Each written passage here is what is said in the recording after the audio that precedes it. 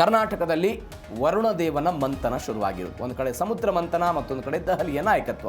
ಇವೆಲ್ಲದರ ನಡುವೆ ವರುಣದೇವ ಕೊಂಚ ಬಿಡುವು ಕೊಟ್ಟಿದ್ದಂತಹ ಮುಂಗಾರು ಇದೀಗ ಮತ್ತೆ ಆರ್ಭಟವನ್ನು ತೋರಿಸ್ತಾ ಇದೆ. ಉಡುಪಿ, ಚಿಕ್ಕಮಗಳೂರು, ಅದಾದ ನಂತರ ಕೊಡಗು, ವಿರಾಜಪೇಟೆ ಎಲ್ಲ ಭಾಗಗಳಲ್ಲೂ ಕೂಡ ದೊಡ್ಡ ಮಟ್ಟದಲ್ಲಿ ಮಳೆ ಆಗ್ತಾ ಇದೆ. ರಾಜ್ಯದ ಜಲಾಶಯಗಳು ಕೂಡ ಭರ್ತಿ ಹಂತಕ್ಕೆ ಹೋಗ್ತಾ ಇದೆ. ಎಲ್ಲೆಲ್ಲಿ ಏನೇನಾಯಿತು ಡೀಟೇಲ್ಸ್ ನೋಡೋಣ. 7 ಜಿಲ್ಲೆಗಳಲ್ಲಿ ಭಾರೀ ಮಳೆಯಾಗಿದೆ. ಎಲ್ಲೆಲ್ಲಿ?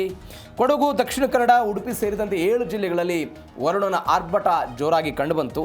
ದಕ್ಷಿಣ ಕನ್ನಡ, ಕೊಡಗು ಈ ಎಲ್ಲ ಜಿಲ್ಲೆಗಳಲ್ಲಿ ಇವತ್ತು ಶಾಲಾ ಕಾಲೇಜುಗಳಿಗೆಲ್ಲ ರಜೆ ಘೋಷಣೆ ಮಾಡಿದ್ರು.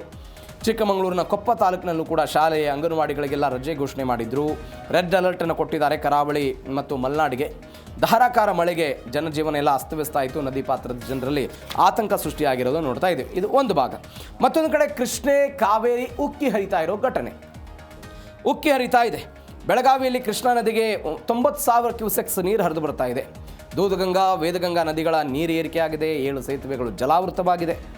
ಭಾಗಮಂಡಲದ ತ್ರಿವೇಣಿ ಸಂಗಮದಲ್ಲಿ ಮೆಟ್ಟಿಲುಗಳೆಲ್ಲ ಮುಳುಗಡೆ ಆಗಿರುವುದು.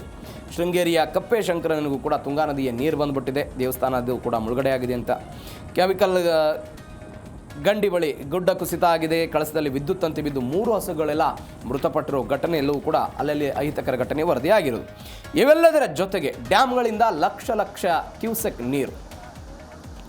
ಆಲಮಟ್ಟಿ, ನಾರಾಯಣಪುರ ಜಲಾಶಯದಿಂದ 1.10 ಲಕ್ಷ ಕ್ಯೂಸೆಕ್ ನೀರು ರಿಲೀಸ್ ಆಗಿದೆ.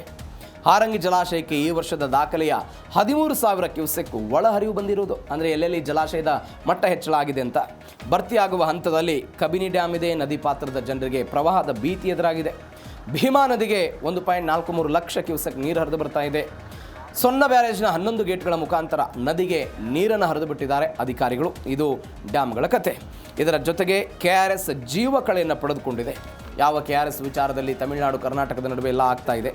ಮಂಡ್ಯದ KRS ಜಲಾಶಯಕ್ಕೆ 13,552 ಕ್ಯೂಸೆಕ್ ಒಳಹರಿವಿದೆ. 94.40 ಅಡಿ ನೀರು ಸಂಗ್ರಹ ಆಗಿದೆ. 124 ಗರಿಷ್ಠ ಅದು. ಅದರ ಪೈಕಿ 94ಕ್ಕೆ ಬಂದಿದೆ. ಕೊಡಗಿನಲ್ಲಿ ಮಳೆ ಬಿರುಸಾಗ್ತಾ ಇದೆ. ಕಾವೇರಿ ಜಲಾನಯನ ಪ್ರದೇಶದಲ್ಲಿ ಮಳೆ ನೀರು ಸಿಗ್ತಾ ಇರೋದು. ಮೈಸೂರಿನ ಕಪಿಲಾ ನದಿ ಪಾತ್ರದಲ್ಲಿ ಪ್ರವಾಹದ ಮುನ್ನೆಚ್ಚರಿಕೆ ಕೊಟ್ಟಿದ್ದಾರೆ.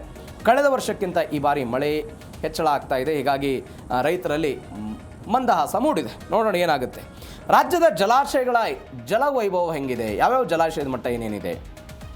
ಲಿಂಗನಮಕ್ಕಿ 38,183 ಕ್ಯೂಸೆಕ್ ಒಳಹರಿವಿದೆ, 34% ಭರ್ತಿ. ಆಲ್ಮಟ್ಟಿ 92,500 ಕ್ಯೂಸೆಕ್ ಒಳಹರಿವು, 92% ಭರ್ತಿಯಾಗಿದೆ. ಹಾರಂಗಿ 95% ಭರ್ತಿ, 9,896 ಕ್ಯೂಸೆಕ್ ಒಳಹರಿವಿದೆ. ರಾಜ್ಯದ ಒಟ್ಟು ಶೇಖರಣೆ ಡ್ಯಾಮ್ಗಳದ್ದು 485.38 TMC ಇದೆ, 54% ಭರ್ತಿಯಾಗಿದೆ. ಒಟ್ಟು ಒಳಹರಿವು 2.55 ಲಕ್ಷ ಕ್ಯೂಸೆಕ್ ಇದ್ದರೆ ಒಟ್ಟು ಹೊರಹರಿವು 1.21 ಲಕ್ಷ ಕ್ಯೂಸೆಕ್ ಇದೆ. ಈ ಪರಿಪ್ರಮಾಣದಲ್ಲಿ ವರುಣದೇವ ರಾಜ್ಯದ ವಿವಿಧ ಭಾಗಗಳಲ್ಲಿ ಅಬ್ಬರಿಸಿ ಬೊಬ್ಬರಿತಾ ಇರೋದು. ಆ ಮುಖಾಂತರ ಜಲಾಶಯಗಳು ಭರ್ತಿ ಆಗ್ತಾ ಇದೆ ಅನ್ನೋದೇ ಸದ್ಯಕ್ಕಿರುವಂತಹ ಕೊಂಚ ಸಮಾಧಾನ. ಈ ಮಳೆ ಆರ್ಭಟ ಮುಂದುವರಿಯುತ್ತಾ, ಏನಾಗುತ್ತೆ ಕಾದು ನೋಡೋಣ.